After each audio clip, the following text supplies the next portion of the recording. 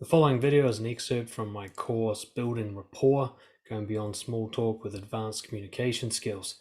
If you want to check out the whole course, including the parts I've taken out of this video, have a look at the link below.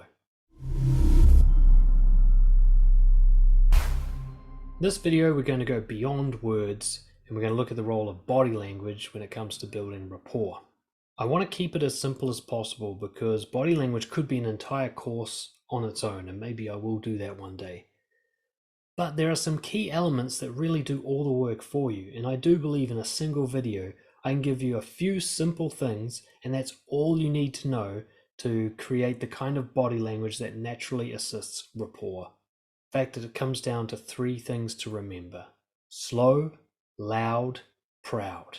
If you can embody those three concepts, which I'll explain in a minute, you really don't need to remember anything else. Slow, loud, proud. Your body language needs to show that you're open and transparent, that you're paying attention to them, that you're present with them here and now, and that they are safe. That's basically all you need to accomplish with your body language to enable rapport to build. It's also the things that if you get wrong, you're going to kill rapport and break the connection. Let's start by looking at the classic mistakes that I see people making on a daily basis. Looking away while they are talking. Now, when you're talking, you can look away here and there. I'd say it's about 50%. Sometimes you're looking in your eyes, especially when you want to make an intense point. And other times you kind of let them breathe by looking away. If you're looking away the entire time you're talking, that's not so bad as long as the rest of your body language and your words show that you're, trying to be involved in the conversation.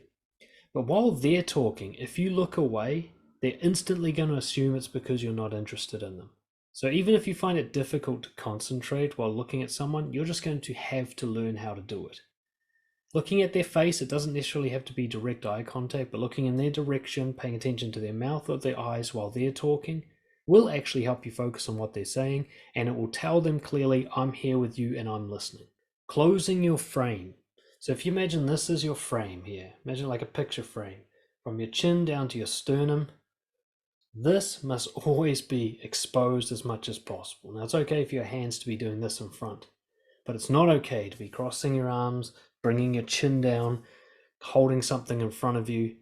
Of course, these rules can all be broken when you know what you're doing, but most of the time people close off this area, and what it does is give an impression of uncertainty and an impression of defensiveness. It's not necessarily going to kill your connection, but it is unattractive if nothing else. Forgive my language, but resting bitch face. There are some of you, and this is just bad luck with your genetics, that when your face is relaxed, you look upset, you look like you're in a bad mood, you look like you don't like people. Now, I'm not telling you to go get plastic surgery or always put on a fake smile, but you might need to compensate by telling people about this. I remember there was a girl I was in a dancing class with, and I thought she hated me for a year until she told me, no, that's just my face. I actually like you. And after she told me that, then I understood and I never took the face thing personally again.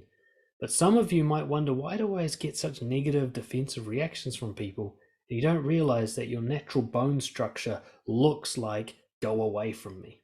Twitching and fidgeting. This is one of my particular problems. I have ADHD a little bit and I tend to do what's called stimming. So I shake my legs and things like that. And it's not a huge problem except that it's distracting. And it can project a sense of boredom. Any kind of agitated, quick movements either agitate the other person or give them the impression that you don't want to be here. So getting used to slowing your body down, calming it, keeping it still, can do a lot to relax the other person. Avoiding physical contact. We'll talk about touching a lot more in the next video, but if you never touch people, if you never contact them physically, it is going to hold you back and delay the connection if nothing else. For a start, the actual physical contact between humans creates a hormonal response. There's a hormone called oxytocin that gets released that creates a warm, fuzzy, cuddly feeling we have for each other, love feeling. But also, when you don't touch people, you're keeping them in a certain platonic zone, a certain distant associate kind of category. And touching is what brings people into a deeper category, whether it's friendship or relationship. Touching says you're one of the inner circle now. And if you get good at touching, as we'll talk about in the next video, you almost don't have to get anything else right. And showing signs of disinterest or an urgency to interrupt. You know, if the other person is talking and they can see there's signs on your face like you want to have a go or you're thinking about other things, it's really disruptive to the rapport. It makes them feel boring. It makes them panic about keeping your interest. It makes them frustrated that you won't let them finish. You should be still as a pond while the other person is talking. In fact, they should be trying to guess what it is that you are feeling as they talk. They should have to wait until it's your turn before they even know what went on in your head while they were talking, right? I'm not talking about like dead poker face. You can allow emotions to show, but the only emotions you show should be reflective ones, not I want to have a turn, more so just like, okay, wow, those kind of reactions are fine. But when your body says, okay, shut up now, I want to have a go, or I've got other ideas, it kills the connection. And let's talk specifically about tone issues. So tone is something to do with the volume of your voice and the pitch and frequency of your voice, but it's also the kind of, let's call it the vibe you're putting out, okay? The frame, the sense that they get from you in general. And that's often what kills connections without the person knowing that they're doing it. When they go home from a date and they thought it was great, but she won't call you anymore, you're like, what did I do wrong? And you won't realize it was a tone problem. Classic one is too quiet. People don't understand something about the way volume travels through space. So if I'm speaking to you and my voice projects to you, and I'm in my head trying to get my voice to land where your ears are, I don't realize that the volume actually drops off before it gets to you. So whatever it sounds like in my head, it's probably about half that by the time it reaches your ears. If I want you to hear me at the same volume that I hear myself, I need to speak past you. Another problem that's similar to this is what I call the gentle voice. People pleasers, I used to do this a lot, take the bass and the deeper tone out of their voice to come across as non-confrontational. It's like the kind of voice you might use when speaking to a puppy or a baby, or you hear this a lot from people in customer service. You go to order a coffee. Hi, what can I get you today? And then you hear them talking to their friends like, yeah, man, it was a good time, blah, blah, blah. You're like, whoa, that's two different people, right? There needs to be that bass tone. Doesn't matter if you're male or female, that bass tone that you naturally have, that you use when you're speaking to people you feel comfortable with. You can't take that out of your voice just to come across as friendly, because it actually comes across as fake, which kills the connection. And lastly, using text-based communication for anything that's serious. As we've already mentioned, you lose about 90% of the message when it's text-based. So the only time you should be messaging someone on a text way through Messenger or whatever is to arrange a deeper conversation, to arrange a phone call, to arrange a face-to-face meeting. At the very least, you should be sending audio or video messages if you're talking about anything more serious than the logistics of organizing your next meet. Okay, never have emotional conversations via text. You should not be talking or having arguments about things that actually mean something to you in text form, right? Too many relationships have been absolutely destroyed, not by what was said, but by how it was said. Had the people gotten together to have that same conversation face to face, it would have been fine.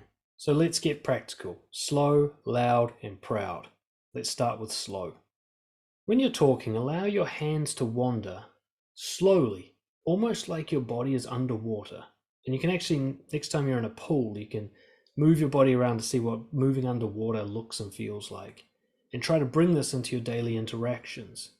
So your body moves and so on while you're talking to someone, but in that kind of delayed, slow pace that is like somebody who's being underwater. This gives a really relaxed impression. You can also work on doing this with your communication. Most people probably speak too fast, or at the very least, they don't pause enough. You are allowed to have gaps in between what you're saying. I actually edit out a lot of those gaps in these videos just to save time, but when I'm naturally talking, I allow big gaps to form, big silences. And if you can also combine this with slowing the pace of your words, like you've got nowhere else to be, there's no rush here, you want to take your time and say it right, that also relaxes the vibe and allows the connection to form. It's actually really difficult to listen to someone who's going too fast. Next one is loud. This is kind of what it sounds like. Take up space with the volume of your voice, okay? Take the risk of being overheard by other people. When you're doing it right, it'll feel like it's a bit too much. It's not quite shouting, but you'll feel like you kind of got the spotlight on you because of how loud you're speaking. So if you're someone who's usually too quiet, That's what it will feel like when you're doing it right. Okay? It should be that it's impossible to not hear you. Right? So if I'm talking to you, your volume should be such that I can't ignore you, I can't miss what you said. I'll never be like, huh, what? So if you ever get people saying, sorry, what did you say? Then you're not loud enough. You'll know you're loud enough when people never say that. And when it comes to your voice, try recording yourself from the other side of the room. You might take your phone or whatever recording device, you put it on one side of the room, you go to the other, and try to talk like you're talking to someone, say, at a cafe. Now go listen to the recording on that phone. If it sounds really quiet, you're not talking loud enough. It should sound like you've actually got the phone about here, right? That's when you've got the volume right. And the last one is proud. And proud is about taking up the space physically that you belong to, as well as how you speak. You speak in a way where what you say is important. What you say matters. Your voice tone and the way you project it should give the impression, I believe in this, and this is a good thing to say. Now, that doesn't mean you can't change your mind on the content of what you're saying. But if you're going to say it proudly. Go all in or don't say anything. Don't say things with hesitation and apology, that tone where you're like, oh, I'm sorry I'm saying this, or I'm not sure it's true. Say it. Put that bass in there. End with a full stop rather than a question mark. Go, this is what I'm saying. Take it. And then they can challenge you and you can change it later if you want. But also with your body, when you sit down, take up as much space as you need to be comfortable and relaxed. Position your body and drape your arms and your legs as needed for you to be like, this is a good way to sit, or this is a nice place to lean. You should try to make yourself comfortable while you're talking to people. If you're doing something that hurts or feels very stiff, or you kind of can't wait to move, then you're doing it wrong. Choose something from this video, go and practice it, master it, then come back and choose something else. Thank you for watching. If you want more tips and expert techniques on how to master your communication skills, get in touch, dan@brojo.org, and we'll talk about coaching.